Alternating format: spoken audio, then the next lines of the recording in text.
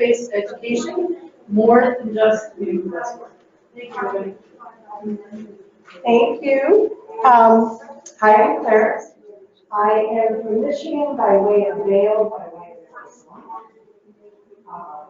My CV is on the website, so I'm not going to bother telling you any more than that. I have a 9-minute YouTube video to show at about slide 27 or 37. So I'm going to try and get through this, which doesn't mean I won't stop to answer questions. I have no conflict of interest, no commercial sponsorship. Those are the objectives. They were in your book, so again, I'm not going to waste time on this. Spend valuable time on this prepared slide. One of the worst things, in my humble opinion, the government ever did was to name this program value-based purchasing. Because that phrase makes it very difficult for you to get buy-in from your frontline staff. Because you're not purchasing me. Okay. So, my question is, show of hands, how many of you are staff at the bedside mostly? And how many of you are educators? How many of you are in leadership/management? So I'm going to try and address what the 3 different groups are going to need. This is not a class on value-based purchasing or value-based billing point. This is how you get your staff engaged. In a phrase that may be like chalk, fingernails on chalkboard to that. So, hopefully they're familiar with that phrase. Hopefully in staff meetings or whatever, you covered that with them. And actually, the print looked much larger on the PowerPoint when I sent it to them. So you do have this on the website, so you'll be able to review that better. And I did number the slides. So if you want to write yourself a note to go look at slide number 4 or whatever. So it can no longer be regarded as only a business phrase. Staff have got to be made comfortable with that. As leaders, you need to engage your staff. And there are many different ways I'm going to try and show you, because you know your staff better, which of the multiple processes that are available might work for you. With rapidly changing healthcare, you're going to use the results of previous strategies. You'll learn from what you've done before that worked. You'll learn from what you've done before that didn't work. And prepare to lead your department to improve quality of care while maintaining or developing a strong business acumen. Because that's what this is about. If your staff don't realize that healthcare is a business, rip off those rose-colored glasses and let them get started with a reality shock. So, value-based purchasing, as originally called, was developed by CMS with the goal of paying hospitals for delivering quality care. So again, I understand value being part of quality, but they just didn't talk to the right people when they were trying to figure out what to call it. It was effective in fiscal year 2013. It was published in October 2012, and it continues to go through revisions, which is good because it was extremely cumbersome for 2013. It's to provide incentive payments as well as penalties for quality achievement and improvement. So they're both going to be recognized compared to national performance standards. And as is true in many government programs, it has changed. So If you go to the CMS website, make sure you're looking for 2019 or 2020 data. This is the CMS definition of value-based care. Paying for healthcare services in a manner that directly linked performance on cost, quality, and the patient's experience. So, of course, being an educator, I would have loved to have seen the order different, like patient experience listed first. Nobody asked me. Their problem. CMS.gov. So one of the hats I wear is I do teach copyright to educators. And I want to reassure you that any website that has .gov, you own everything. Copy and paste, it doesn't matter. Because as long as you paid your taxes, it says .gov, it's yours. So use CMS's website and search for value-based purchasing, and they have all kinds of really good information that you can copy and paste. So you don't have to recreate or retype, because let's face it, most of you don't have time to do all of that. So this is also from the CMS pages. Part of our ongoing, our being CMS, works to structure Medicare's payment system to reward providers for the quality of care they provide. So this is a direct quote. Under the Inpatient Prospective Payment System, or IPPS, based on the quality care they deliver. How many of you are from ASCs? Well, guess what? Leapfrog is getting involved. If Leapfrog is getting involved, which is a consumer watchdog organization, that's probably not far behind. So even if you work in an ASC or in Vegas, I would almost bet that you'll see it in the next 3 years on the ASC side as well. How hospitals perform on quality and resource use measures is linked to the inpatient prospective payment system. So this is where, if you get all of these good marks, you're going to get paid this much. And if you only have this many good marks, you're getting paid less because I'm giving you more. So it really is linking that quality, those outcomes, to your payment. So there's a vested interest in having your staff who are delivering that care involved. Again, more things about inpatient PPS, all from .gov. Don't recreate the slides. They don't have a slideshow like Joint Commission would have, but they have enough information that you can copy and paste, just like I did here. Again, from CMS, it started with the Affordable Care Act. It started actually back in 2003 with the Medicare Prescription Drug Improvement and Modernization Act. So this is not all brand new. It's been percolating. That's why it's been changed and improved and has morphed into what it is right now.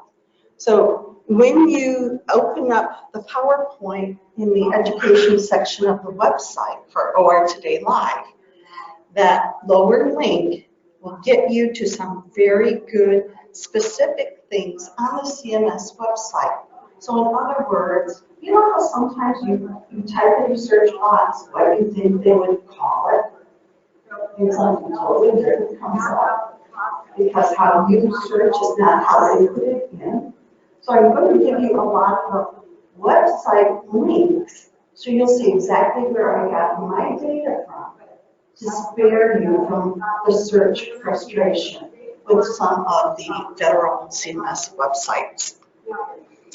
So again, CMS.gov, this is specific to hospital value-based purchasing. And there's a little line that I'm doing here that goes exactly to fiscal year 2019. Because please remember what I said, make sure you're getting accurate data. Because you could find data in here from 2014, which is not very helpful. So that's what that arrow is showing you, is to make sure you're finding what's current, which means you're going to have to scan the body of the information to make sure you're looking for fiscal year 2019, 2020. I challenge you, okay, so How many of you tried to talk to your staff about value-based purchasing before? Have you gotten the blank look like, and they went on vacation and didn't take you with them? And you're here trying to do this great presentation, and they're not mentally in line with you? So think of how you're going to rephrase that word, those thought processes. Because national patient safety goals, everybody should know. Never events, everybody should know. Think fraud, most people should know. They all will tie in to value-based purchasing. So your staff are really being jerky at that phrase, don't use it. Value-based, continue to use that, because that's not going away. But call it something that's more nursing friendly, is what I'm trying to say. At least 3,500 hospitals participate in this, because why? They participate in Medicare reimbursement. So this is not a voluntary participation thing. Like I said, we do think it's going to expand into the ASC arena within the next few years, because we know it's already moving into leapfrog. Is a consumer organization that many insurance carriers belong to, as well as consumer groups. Sometimes leapfrog will actually have some decent PowerPoints that you can use, so you can go to their website. Paid for inpatient acute care services based on quality outcomes.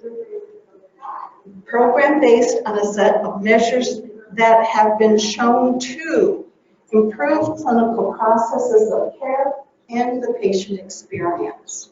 So again, data driven.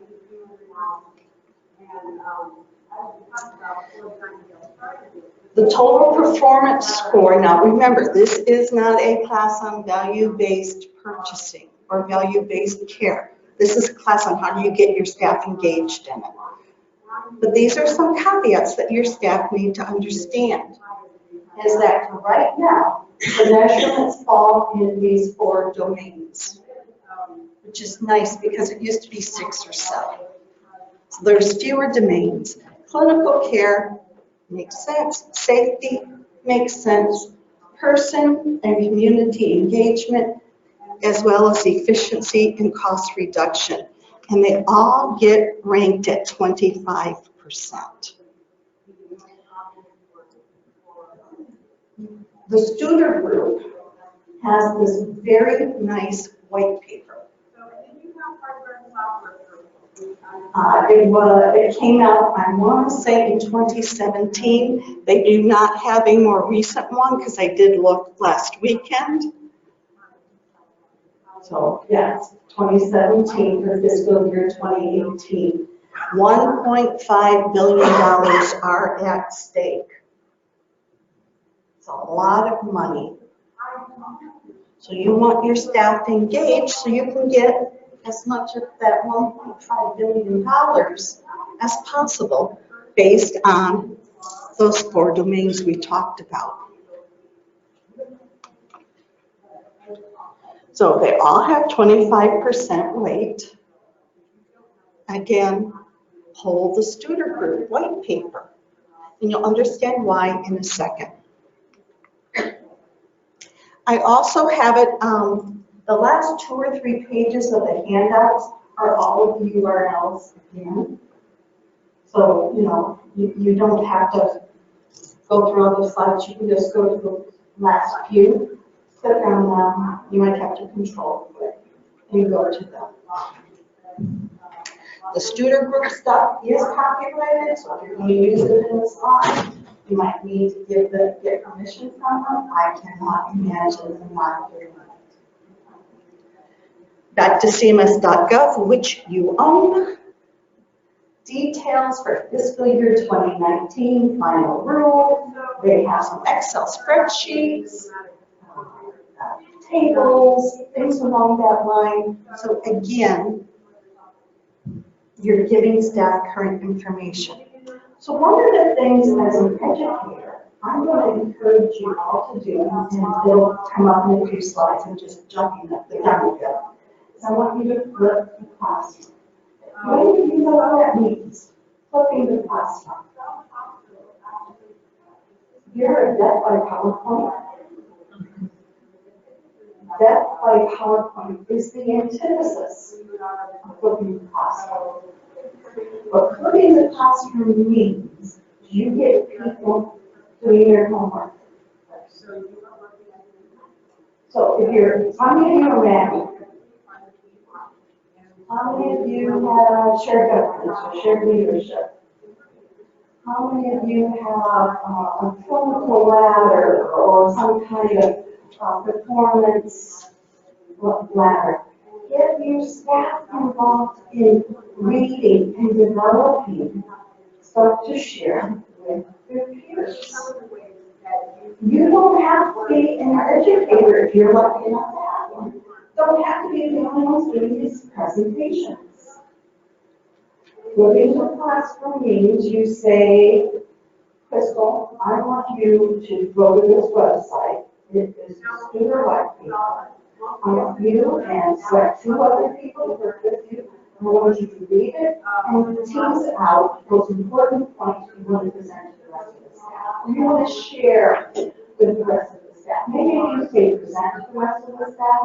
Their needs were not together in sight and they won't be as efficient.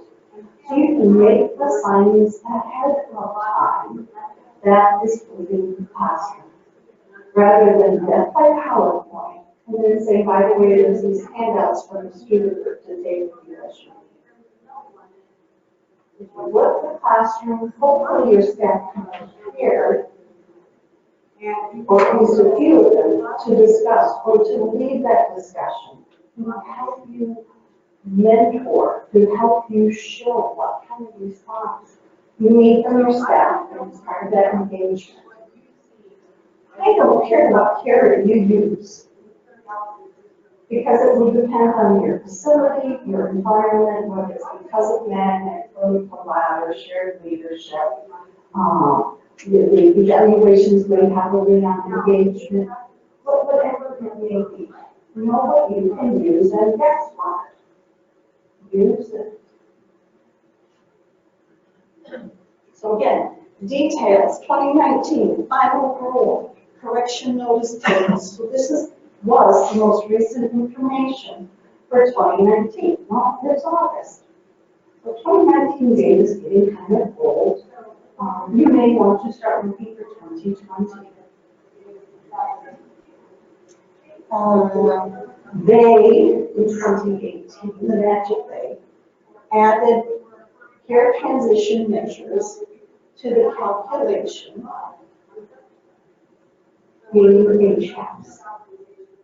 So when you're talking patient engagement, you're going to roll some of those age cap scores into this as well. A lot of your staff may want age caps. Or maybe it's about time they learn more about it. Flip the classroom. Now, I'm not saying be dictatorial, because they'll staff may drag their feet, and again, you're setting yourself up for a less than robust presentation. And I'm not going to discuss the star ratings with you. I printed something on Saturday. I printed 2 things on Saturday. One came from Becker's newsletter, The other one might have come from Cranes. One was very positive about hospital star ratings, the other was very negative. I don't know what CMS is going to do with it, so I didn't want to spend a lot of time because that's not the intent of what I'm trying to present to you today. So the safety domain added in 2017, why it took so long since we started in 2013, I don't know, but it's there now. I don't think it's going anywhere. They talk about patient safety indicators. And again, I'm referring you to Studer white paper. It's easier to read, it's more readable than the CNS pages are. They just good in both. But you know, sometimes those .gov pages, like, there's the chase already. Those Studer did. And I'm not paid by the student group, so. Efficiency and cost reduction is not new. It's always been there. So maybe you need to get your staff involved with your supply chain department, materials management, whatever that department's name may be. Maybe for your facility, maybe for your system. Mine the data. You might have to help your staff find who those experts are or where that data is. You know, so maybe send an email to Elizabeth and say, Elizabeth, I want you electronically to meet Melanie.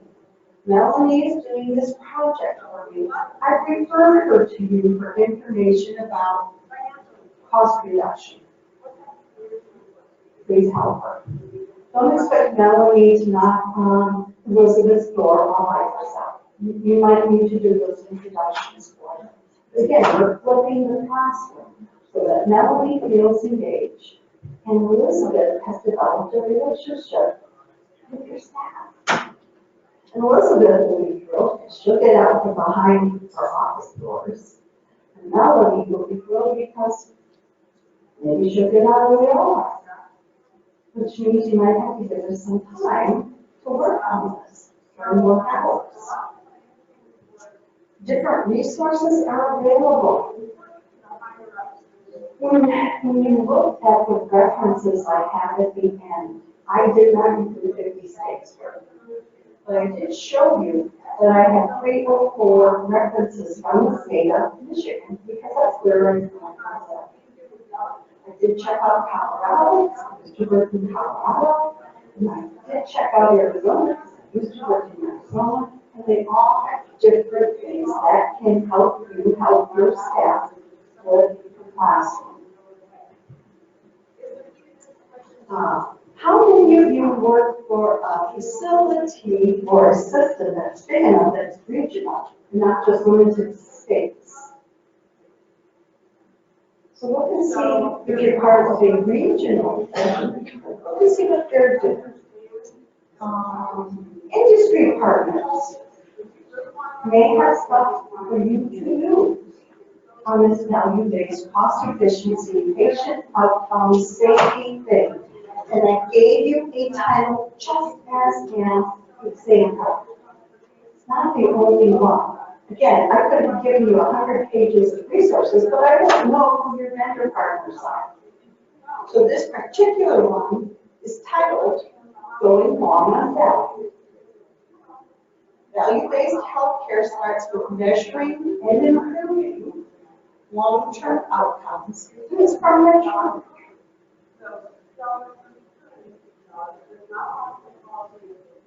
A lot of your staff have vendor relationships, especially if they're on the ortho team, or the neuro team, or the laparoscopic team, or the robotic team.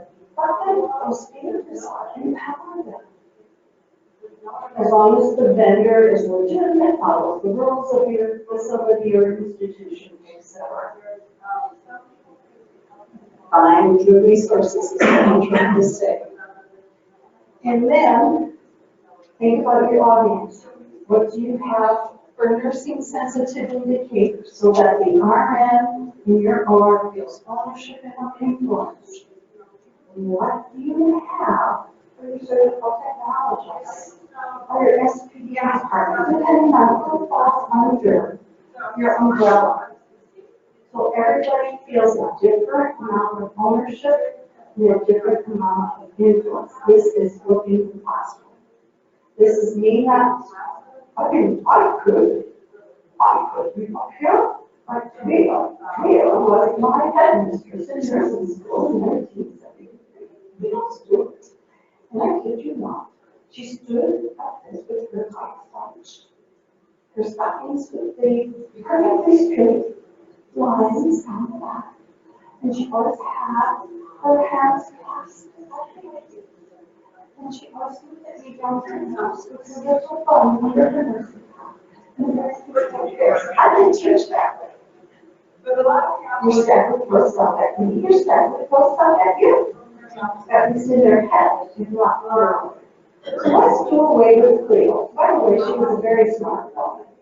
But we all fell asleep. So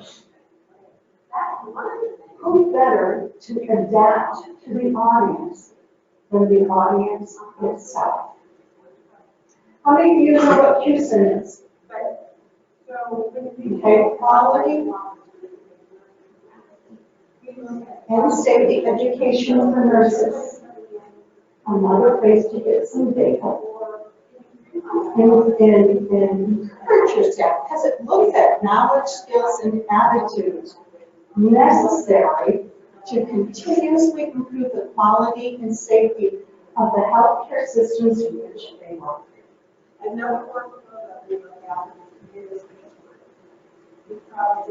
How many of you have read about the zones of influence or the spheres of influence, the zones of control? This is old data. This is probably from the 80s. And basically what it's saying is, you got to recognize what you have no control. So this large outer circle means, I have no control over CNS. CNS says you will do this. OSHA says you will do this. I say, yes, ma'am, yes, sir, we will do this. Now, I have influence, which increases with my own personal growth and my own knowledge and my ability to take responsibility. Now, I hand drew this. It's supposed to look like an amoeba because your zone of influence changes with that, with your knowledge, skills, and attitude, which was in the previous slide. So in some areas, my zone of influence is huge because I'm a certified clinical aromatherapist. Most people aren't. So when we're talking zones of influence in aromatherapy, I'm huge. If we're talking zones of influence in physics, oh, really? And then your zone of control, which is your smallest zone. Because the only thing I really control is my own behavior. I can control my responses to what I've been told. But I can't control yours. I can only control mine. But I can influence yours. And you want your staff to be in that influential zone, which is only when they increase their knowledge, skills, and attitude.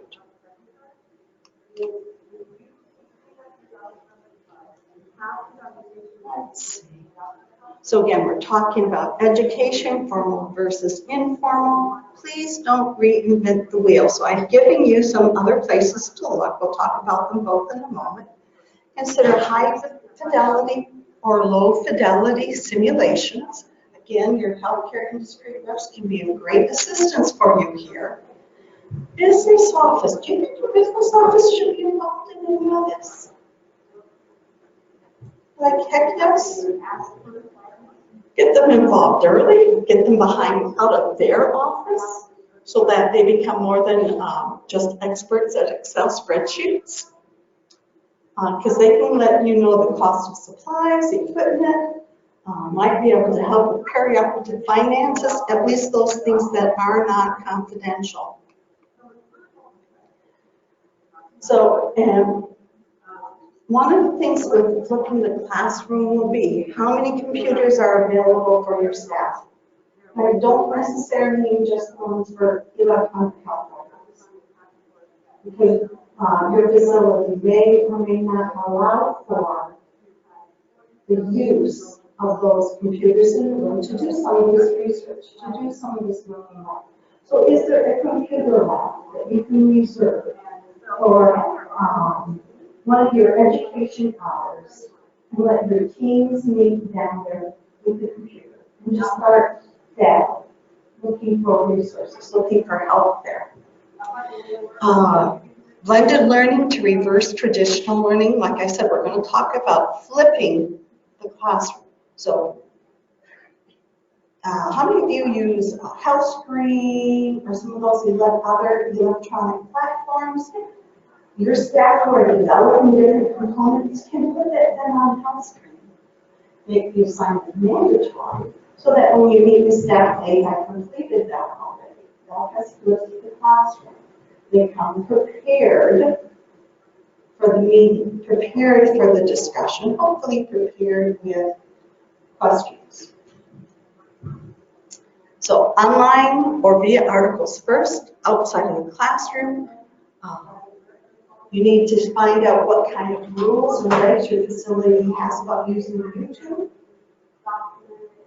What DVDs can you get from your healthcare industry partners?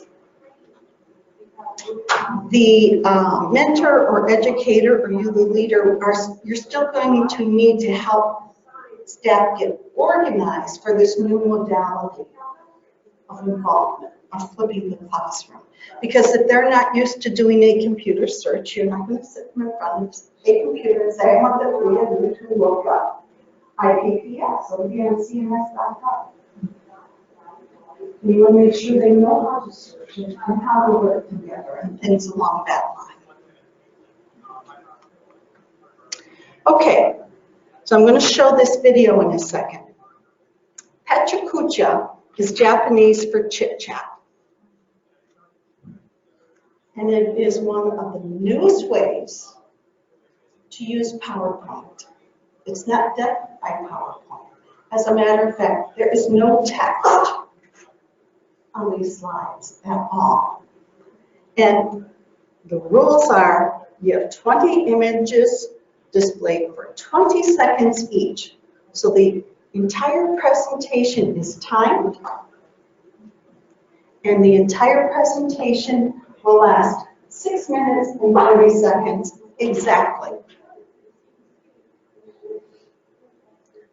Download it to your educational platform. Let your staff who are working on the project be the narrator if they're willing to do so. But you and or your educator may need to work up to this. So let's see. We worked on this earlier.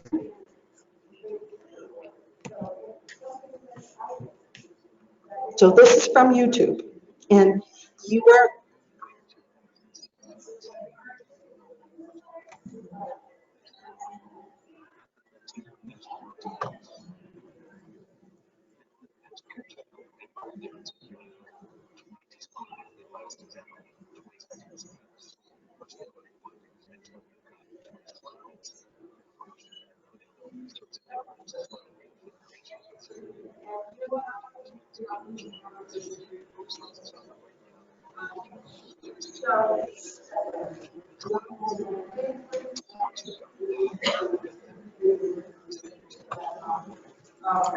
it's at 100% volume.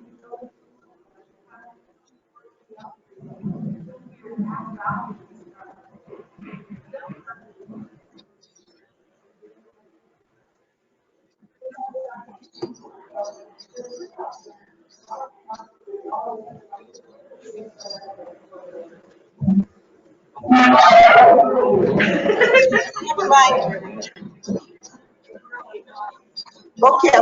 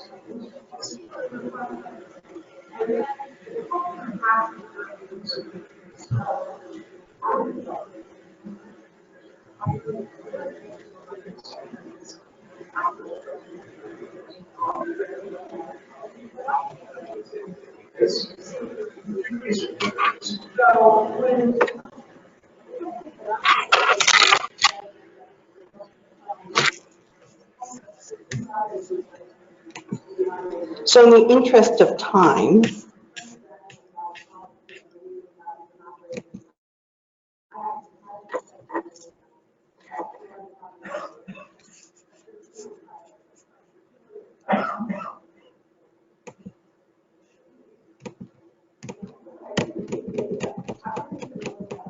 sorry, I thought it would have gone right to where it was. There you see my amoeba again. Okay, so that's Pechakucha. 6 minutes, 40 seconds. That's not too long. You can get it on your health, your educational platform, or do it during a staff meeting, but it's a controlled amount of time. And it will take a little while for people to get comfortable developing it, but it is totally worth it with practice. Now there is another new presentation style. It's called Curtsy. I gave you the link to a free ebook. Again, it will help you avoid death by PowerPoint. And it's part of living in a classroom.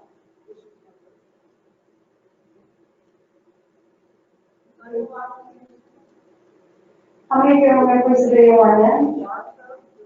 Okay, utilize it. We have so many things for you. Guidelines, essentials, case studies, key takeaways, customizable templates, implementation roadmaps. Don't recreate the wheel. How many of you have time to recreate the wheel? No one's raising their hand. I didn't think so. If you do, let me know. They've got analysis tools, all of the details that can help your staff, help each other become more engaged in these processes. Part of the AORN website is a link to Fiedler Enterprises. Fiedler Enterprises, I counted on Sunday, is over 94 booklets with CE already attached. They have multiple different kinds of topics. Again, can be part of flipping that classroom. Assign a book for them to read, make them do the post-test, they get the CE for it, and then you can include it in the discussion. So that's AORN.org, and there's your Fiedler link. They have courses for nurses, they have courses for sterile processing, some courses for surgical techs. So utilize that. If any of you were in Sharon McNamara's Sharp Safety thing earlier, she had talked about this website, cspsteam.org. Again, what I wanted to do was show you 7 different perioperative organizations are part of this website. Nurse anesthetists, anesthesia, American College of Surgeons, surgical physician assistants, ASPEN, AORN, and AST. And some of the things that are on this website are behind the wall. So things that you might not be able to get from the American College of Surgeons because you're not a member, they put on here. So you could come here and find some of those resources for your staff to use when they want to flip the classroom. These are some sample projects that I have done where I work.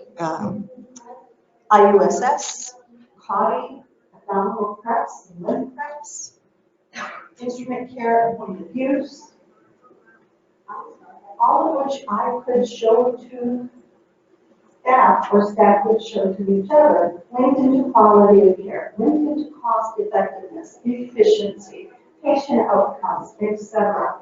And because it was patient care centered, it made that transition to value-based instead of volume-based much easier. Look at the classroom, let staff gradually own this. Doesn't mean you just give it to them. You're going to have to supervise, you're going to have them check in with you, give you progress reports, how they're doing. You may have to give them a deadline. I want to share with you, when it comes to preps, one of the role simulation processes that I did, that I actually learned from AORMN at Expo, when we would have student risk groups come into practice party, is buy store management. You can buy store legs or that they use for stockings. You can buy store arms. You can buy store torsos. And have people practice prepping. Because part of this value-based process is going to be evaluating those competencies. You do betadine, you do disciplines, and you clean them with alcohol sanitizer. And everybody does it. Most of your facilities will have Foley management, so you kind of attach that to the bottom of this lower torso. So when you're doing GYN preps, and the abdomen and the end for them to validate their competencies. Again, I told you that I had several lists on websites. And what they asked us to do was limit ourselves so that there was time for questions, and according to this, it's 2:55. So we have 5 minutes for Q&A. Where do you buy napkin parts? You know what? You can buy them from, don't buy medical if you can avoid it, because they're very expensive. eBay. Amazon. Really? She found them on Amazon already. $46.99. Oh, I think it would get them for less than that. Yeah. Oh, do not get diverse ones. You won't white ones. Because the ones that are diverse, you can't see the product. So, I was really smart. I bought 2 black and 2 white torsos. You couldn't see any prepping solution on the left. But I did buy male and female. No, because when you use your alcohol hand spray, and wear gloves, you wipe it off. Yeah.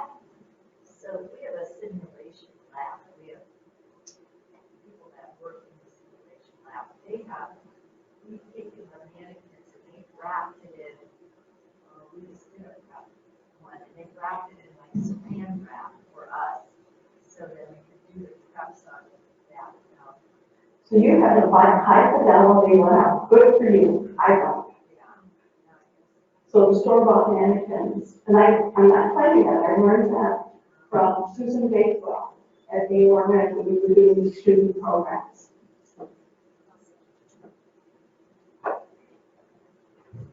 Live the classroom.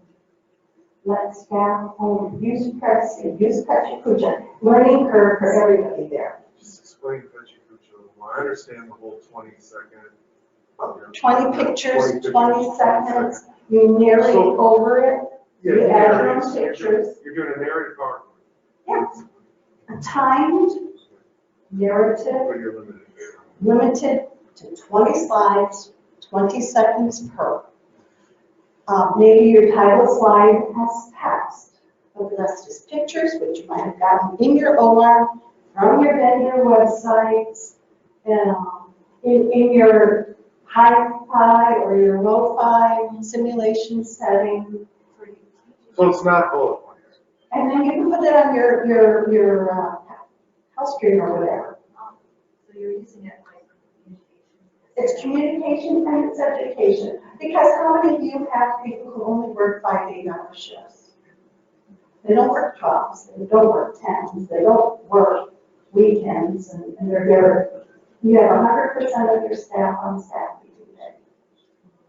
None of us do. So we have to have alternative ways to reach the staff who work nights and who work evenings and who are not available when we are.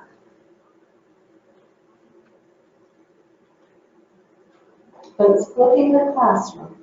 They come prepared. So in other words, this 20 slide, 20 seconds per slide is a summation of whatever the topic may be. It's not a standalone educational death by PowerPoint. Do you have a site that you like to go to that's copyright free, like photographs that you can use for medical? I've never had a vendor tell me no.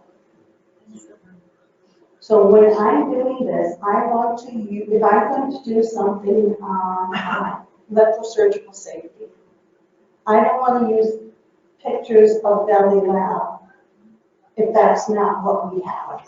If what we have is Megadine, I want to use Megadine. So you need to make your pictures real.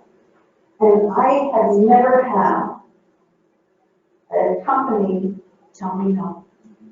If you're photographing your own OR, Mhm. something like that, do you still have to get permission from those vendors to use images of those, or That's common courtesy, but you own that. You own that equipment. You're not going to their website and taking it.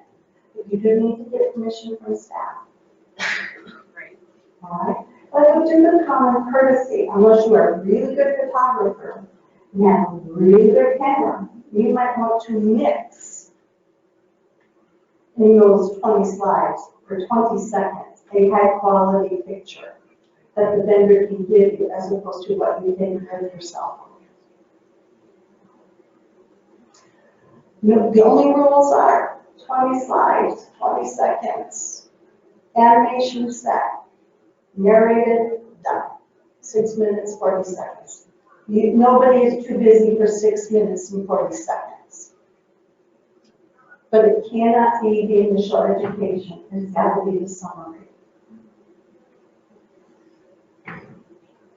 So you're still going to use feature, you're still going to use the DVD the company gave you. You still want to use your healthcare partners, vendor partners as people in the room perhaps to help.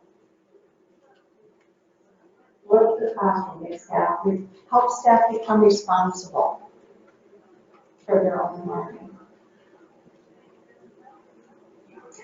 Short and sweet, probably too short, because I'm giving you a lot of new concepts to consider. I'm retired. I don't check email every day, but at least when I check it, I have time to respond. So if you have questions or whatever, please let me know. Because this can work once you're doing your learning curve. Staff involvement, staff engagement. Be creative. Oh my God, I know one person who wants to be creative. Somebody in your OR wants to be creative. Thank you.